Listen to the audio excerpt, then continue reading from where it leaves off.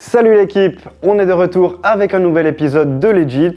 Actu chargé cette semaine, on commence tout de suite avec les news.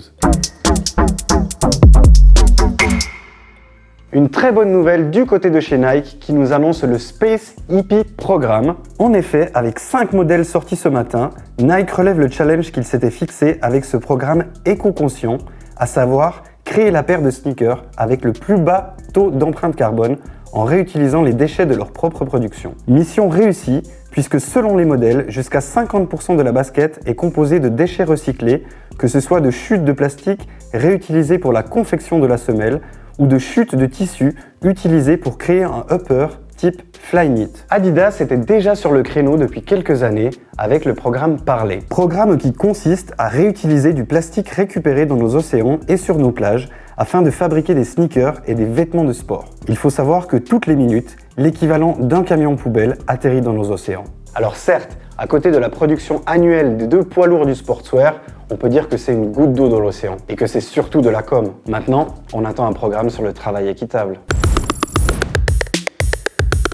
Dans ce scan, on va parler des grosses tensions survenues ces derniers jours à Hong Kong. Plus précisément envers le groupe IT qui regroupe plusieurs marques et détaillants comme Bape, Comme des Garçons ou Dover Street Market. Malgré la censure très présente du gouvernement chinois pour limiter au max la propagation d'images d'abus en tout genre, des images de révolte populaire arrivent malgré tout à filtrer et c'est des scènes hallucinantes que nous avons pu constater dans les rues commerçantes de Hong Kong. En effet, le CEO du groupe IT, Sham Kar-wai, a été aperçu en compagnie du chef de la police à un événement organisé par le pouvoir en place en faveur des forces de l'ordre. Suite à cette information, des centaines de personnes indignées se sont rassemblées dans les rues et ont protesté à leur manière.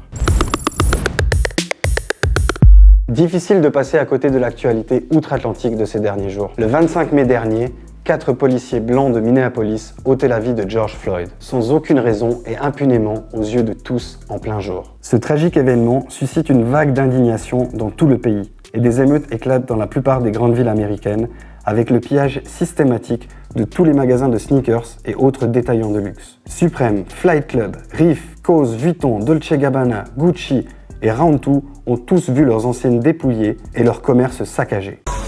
Supreme a même annoncé la fermeture de ses magasins à New York et Los Angeles pour le reste de la saison et un don de 500 000 $ pour soutenir la cause. Le milieu du streetwear, de la sneaker et du luxe sont les plus critiqués sur la base de leur business model qui tire très clairement profit de la culture noire sous toutes ses formes. Virgil Abloh a fait parler de lui après avoir posté un don de 50 $ sur son Instagram. Il s'est attiré les foudres de ses followers pour ce geste dérisoire malgré ses 7 pages de notes explicatives et ses excuses. Pour rappel, sa fortune personnelle est estimée à plus de 4 millions de $. Voilà l'équipe, c'est tout pour nous cette semaine. On se retrouve dans 2 semaines pour un nouvel épisode de Legit sur Tarmac. N'hésitez pas à réagir, un petit commentaire, un petit like, un petit follow, tu connais.